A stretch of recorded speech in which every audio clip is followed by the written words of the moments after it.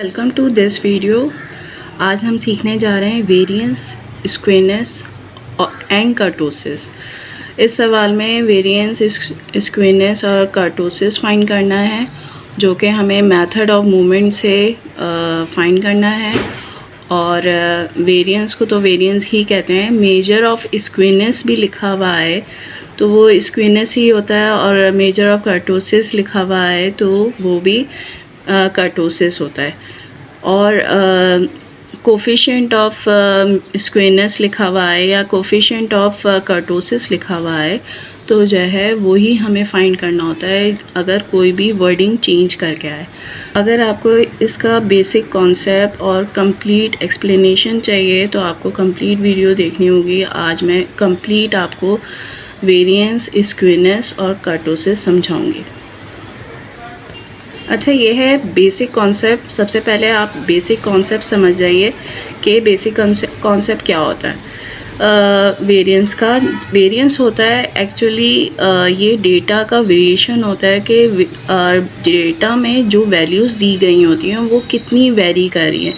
यानी कि एक अगर मीन पॉइंट है, मीन पॉइंट में अगर हम ये ड्रॉ करते हैं तो अगर ये एक सिमेट्रिक हमने डिस्ट्रीब्यूशन ड्रॉ कर दिया तो इधर अगर मीन लाई कर रहा है तो इससे कितना दूर वैल्यूज़ आपकी आ रही हैं। ये यहाँ पर भी अगर वैल्यूज़ आ रही हैं तो वो कितने डिस्टेंस में, कितने यानी कि दूर आ रही हैं।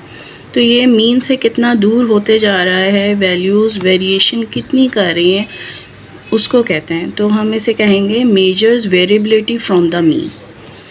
अब स्क्वेनेस क्या होता है? स्क्वेनेस और कर्टोसिस मेनली ये होता है कि ये आपके ग्राफ का शेप बता रहे होते हैं थ्रू कैलकुलेशन से ही आपको पता चल जाता है कि ये किस तरह का ग्राफ बनेगा।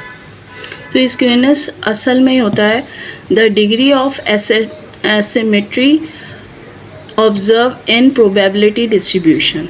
तो इसमें स्क्वेनेस क्या होता है कि ये आपके डिस्ट्रीब्यूशन को बता रहा होता है कि ये किस तरफ इसका टेल बन रहा है। जैसे ये एक बनता है, एक ये बनता है, एक सिमेट्रिक बनता है। तो इसका मीन देखें इधर होता है, इसका भी इधर होता है और इसका भी।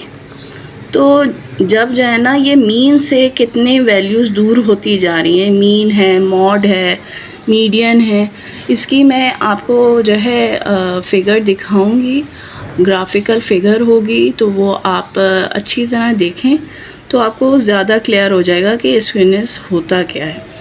और कर्टोसिस भी ये होता है how data disperse between distribution centre and tails. Centre और टेल्स के दरमियान कितना डेटा लाई कर रहा है। जैसे कि आप अगर ये डायग्राम ड्रॉ करते हैं तो इसकी ये टेल से सेंटर तक के कितनी डिस्ट्रीब्यूशंस आ रही हैं। अगर ये बहुत ऊपर वो आया हुआ है सेंटर, तो इसका टेल बहुत नीचे, यानी कि इनके बीच में जो डिस्टेंस आ रहा है ना, तो वो एक होगा।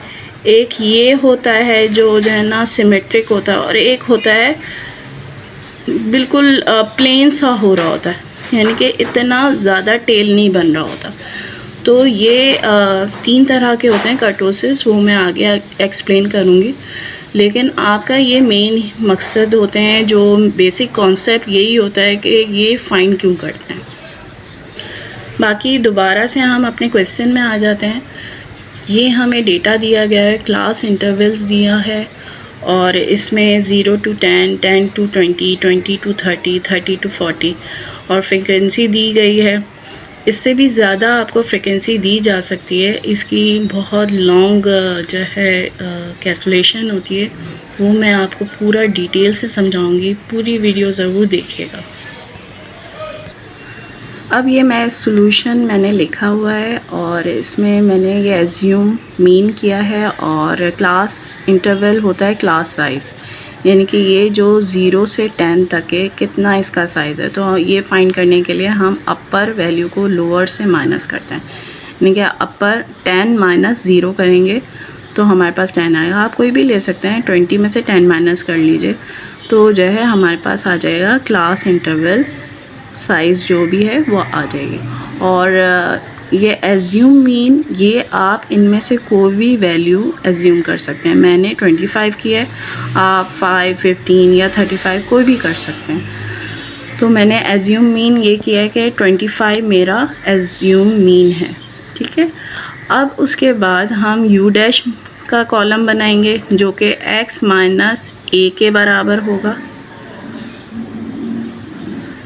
और जो है i डिवाइडेड बाय i। अच्छा, मैंने ये नहीं बताया आपको, ये मिड वैल्यू है जो कि x से डिनोट करेंगे हम, और जो है ना इसका मिड पॉइंट मालूम करेंगे। मिड वैल्यू कैसे फाइंड करते हैं? 0 प्लस 10 डिवाइडेड बाय 2, यानी कि इन दोनों को प्लस करें और डिवाइडेड बाय 2 कर दें, इन दोनों को प्लस करें और डिवाइडेड बाय 2 कर दें, इन दोनों को प्लस करें डिवाइडेड बाय 2 कर दें, तो ये वैल्यूज़ आ जाएंगे। फिर इसके बाद आपको जो है फाइंड करना है यू डैश। यू डैश में क्या करना है कि x माइनस a, यानी कि x 5 माइनस a क्या है? Assume mean. Assume mean divided by 10, divided by 10 करेंगे तो ये -2 आ जाएगा। इसी तरह हम 15 माइनस 25 डिवाइडेड बाय 10 करेंगे तो -1 आ जाएगा। और इसी तरह 25 माइनस 25 डिवाइडेड बाय 10 तो ये 0 आ जाएगा। और 35 minus 25 10 divided by 10 is equals to 1 आ जाएगा। अब फ्रीक्वेंसी हमने वही डेटा से लिखी है जो कि 1432 है। फिर इसका टोटल हम निकालेंगे। फ्रीक्वेंसी का जो टोटल होता है वो होता है n इज इक्वल्स टू 10 आ जाएगा। फिर हम इन दोनों को मल्टीप्लाई करेंगे, 1 माइनस 2 मल्टीप्लाई करेंगे, 1 मल्टीप्लाई बाय -2 तो -2 आ जाएगा। 4 मल्टीप्लाई बाय -1 -4 आ जाएगा। 3 0 ज़ा 0, 2 1 ज़ा 2। अब इसी वैल्यू में एफ यू डैश स्क्वायर बनाने यानी कि ये फाइंड करने के लिए हमें इसी वैल्यू में ये मल्टीप्लाई करना है। तो क्या करेंगे? -2 multiply by -2 is equals to 4, -4 multiply by -1 4, 0 multiply by 0 is equals to 0, 2 1 ज़ा 2।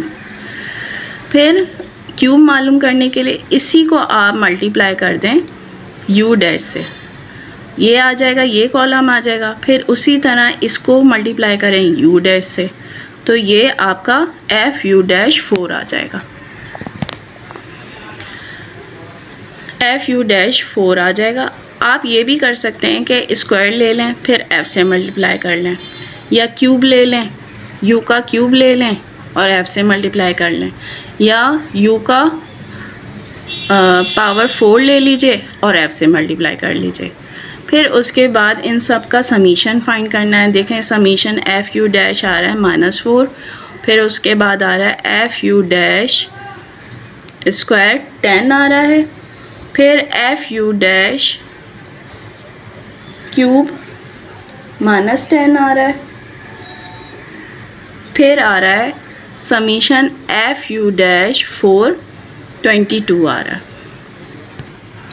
अब ये हम कैलकुलेशंस कर चुके हैं। उसके आगे का है कि फर्स्ट 4 रॉ मोमेंट्स आर, ये रॉ मोमेंट्स हमें फाइंड करने होते हैं जो कि μ1 डैश 1 है, म्यू डैश 2 है, म्यू डैश 3 है, म्यू डैश 4 है। ये फॉर्मूलाज होते हैं 1/n summation F U dash multiply by I is equals to 1/10। 10 कहाँ से मिला? n इज इक्वल्स टू 10 है, और समीशन एफ यू डैश की वैल्यू हमने इधर से फाइंड कर ली थी जो कि जो है -4 थी, और i की वैल्यू है 10। i की वैल्यू क्या है? मतलब ये है क्लास इंटरवल साइज़, तो ये है 10। इन सब को मल्टीप्लाई करेंगे तो हमारे पास ये आ जाएगा, ये और ये कैंसिल हो जाएगा। फिर इसके बाद हम ये फॉर्मूला फॉलो करेंगे, समीशन यू डैश का स्क्वायर और i का भी स्क्वायर लेंगे। फिर हम इसमें वैल्यूज़ पुट कर देंगे। ये n की वैल्यू 10 है, F U dash summation F U dash की वैल्यू आई थी 10, वो हम ले लेंगे और आई का स्क्वायर यानी कि 10 का स्क्वायर ले लेंगे। फिर उसके बाद कैंसलिंग करेंगे, ये कैंसिल हो जाएगा, 10 का स्क्वायर 100 हो जाएगा।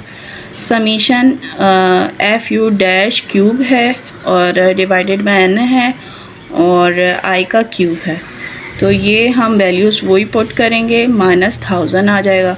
इसमें समीशन एफ़ डैश 4 है और आई की पावर 4 है और डिवाइडेड बाय एन है, तो ये वैल्यूज़ पुट करेंगे, हमारे पास ये वैल्यूज़ आ जाएंगे। अब ये देखिए मैंने नेक्स्ट पेज में आ गई हूँ, तो फिर मैंने ये वैल्यूज़ ऊपर ही लिख दी हैं क्योंकि आगे मुझे काम आएंगी म्यू फाइंड करने के लिए। ये हम म्यू फाइंड करेंगे, μ1 μ2 और μ3 और μ4 भी फाइंड करेंगे। तो जो है इसमें μ1 में μ1 डैश माइनस μ1 डैश ही करेंगे। इसमें ये होता है कि सेंट्रल मोमेंट्स जब फाइंड करते हैं तो सेंट्रल में हमें ये होता है कि ये इसका आंसर ज़ीरो आना चाहिए, पहला म्यू जो होता है μ1 यानी कि ज़ीरो पे लाई कर रहा है, तो μ1 डैश माइनस μ1 करेंगे तो ये आ जाएगा -4 -4 प्लस 4 ज़ीरो हो जाएगा। फिर ये μ2 हम फाइंड करेंगे जिसका फॉर्मूला है μ2 डैश माइनस μ1 डैश का स्क्वायर, सॉरी इधर स्क्वायर लिखना था, स्क्वायर है। फिर हम ये वैल्यूज़ डाल देंगे, μ2 की वैल्यू है 100 और माइनस 4 का स्क्वायर लेंगे जो कि 100 माइनस 16 होगा और जो कि आंसर आ जाएगा 84। अब इसी तरह हमारा μ3 का फॉर्मूला है μ2 dash minus 3 μ2 dash μ1 dash plus 2 μ dash 1 dash का क्यूब। ये वैल्यूज़ हम पुट कर देंगे, ऊपर से आप देख कर सारी पुट कर दीजिए, फिर उसकी कैलकुलेशन कर दीजिए, तो ये 72, इसका 72 आंसर आ जाएगा। उसके बाद हम फाइंड करेंगे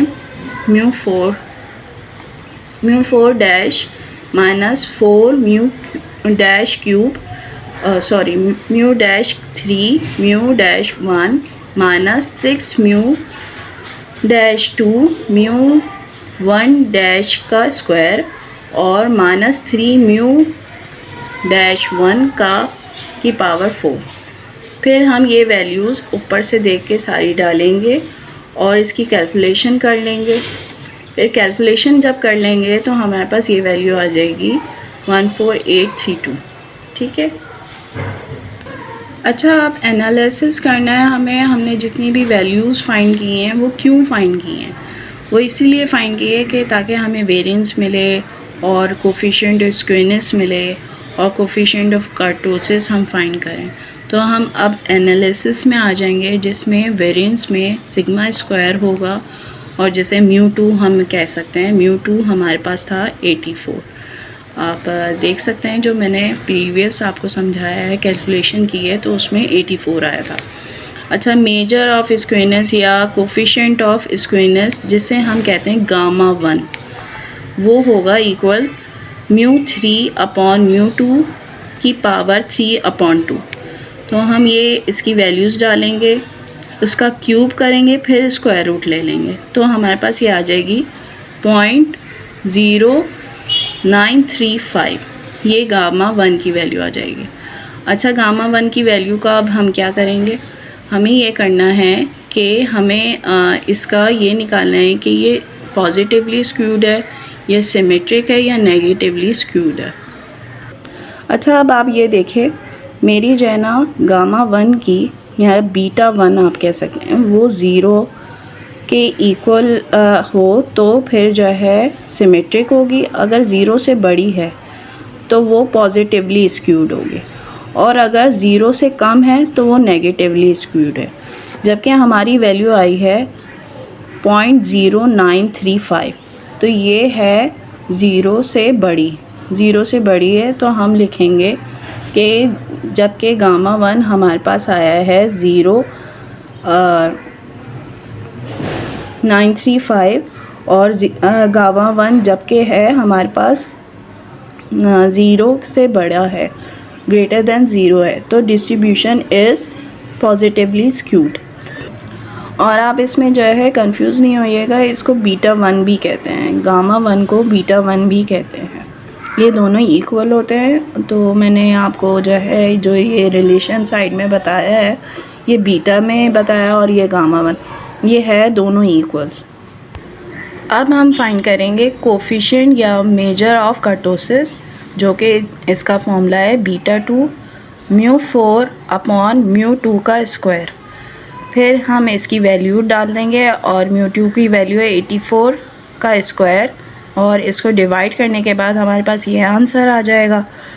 और म्यू 2 अगर आप इसकी जगह या ये करना चाहते हैं कि म्यू 2 गामा 2 जो है आप फाइंड करना चाहते हैं, तो गामा 2 का फॉर्मूला ये है कि आप बीटा 2 में से ही 3 माइनस कर दें तो आपके पास गामा 2 की वैल्यू आ जाएगी।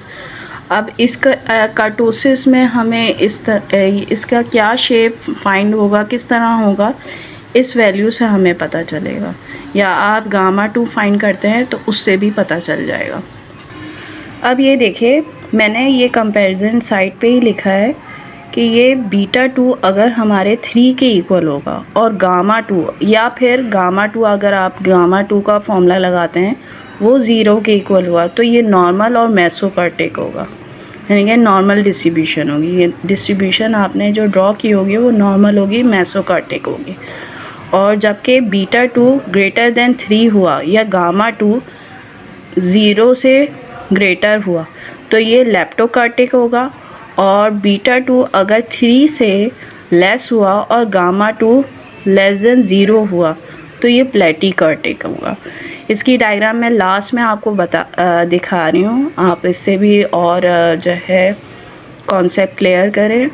और वीडियो पसंद आए तो लाइक, शेयर और सब्सक्राइब ज़रूर कर दीजिएगा।